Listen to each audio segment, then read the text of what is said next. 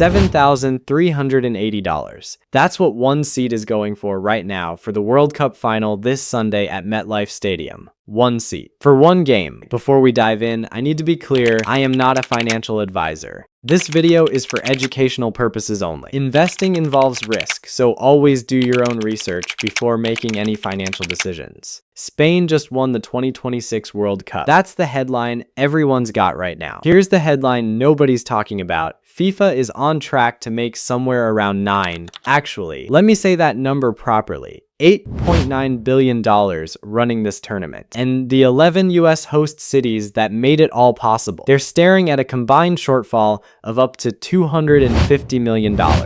Sit with that for a second. FIFA's making close to $9 billion. The cities are losing money. This is the first World Cup on US soil since 1994. Argentina beat England in Atlanta to get here. Spain beat France in the other semi-final. And with the trophy handed out this Sunday, we can already start checking the receipts. Instead of just trusting the projections everybody was throwing around back in June, let's start with that ticket price because, okay, this one actually tells you everything about who this tournament was built for. Base value started at $60. Now, Category 1 seats for the final are listed near $7,380. First time in World Cup history FIFA used dynamic pricing. Same system airlines use. Prices float with demand in real time like you're bidding against a robot.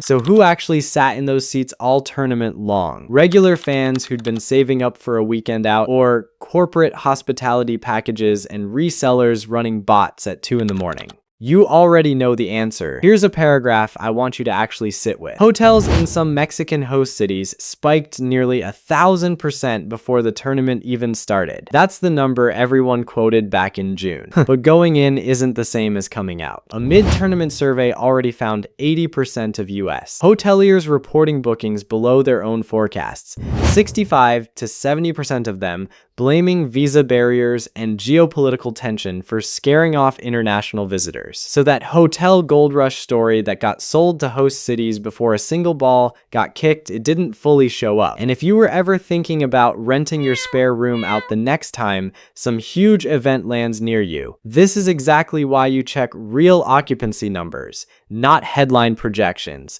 before you turn down other bookings. Now the betting number. Because this is where the real money actually moved. US sportsbooks were projected to handle somewhere between $2.8 and $4.3 billion across this tournament. Compare that to roughly $400 million during Qatar back in 2022. That's almost 9 times more. FanDuel alone was projected past $1 billion in handle by itself.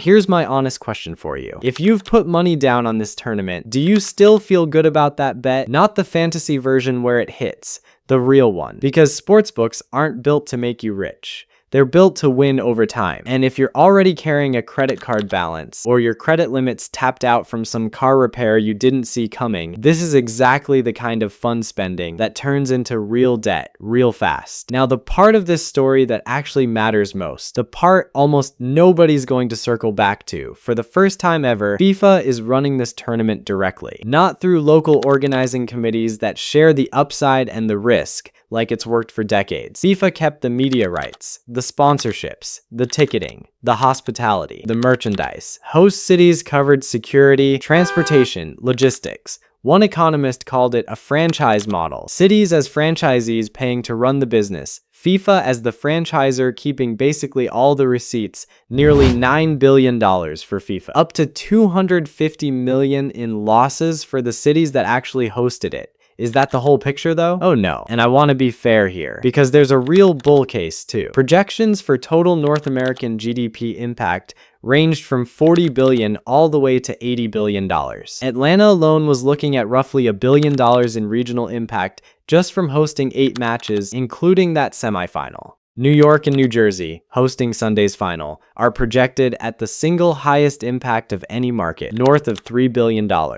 Real economic activity did move through these cities. That part's true too, but And here's the thing, we've actually been here before, in this exact country. Back in 1994, the last time the World Cup came to America, it's remembered as a massive commercial win. Still is in most people's heads. But researchers went back afterward and found host cities suffered cumulative losses of up to $9.3 billion. Oh, $9 billion in losses, wrapped up in a public memory of a win. That's the actual story worth watching for. Not the number that got read out loud when a host committee rang the opening bell at the stock exchange back in June. The number that shows up 18 months from now in some report nobody reads, after the invoices have all quietly come due. There's a labor piece in this too, and it hits regular working people the hardest. New York's hotel workers' union contract was set to expire right as demand for World Cup rooms was supposed to peak. How that negotiation actually landed affects real paychecks for real families, not just GDP headlines nobody in your neighborhood will ever see. And here's the number that actually made me pause when I first found it.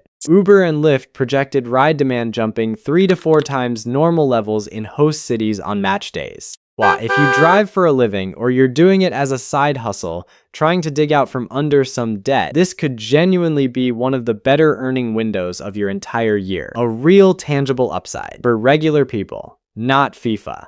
Not the corporate sponsors. So where does this actually land? Bulls will point to real tourism dollars, over 150,000 temporary jobs, and a lasting global marketing boost for host cities watched by billions. Bears will point to concentrated, short-lived benefits, host cities absorbing most of the risk while FIFA walked away with the revenue, and a 1994 precedent that should make anyone skeptical of $80 billion headline numbers.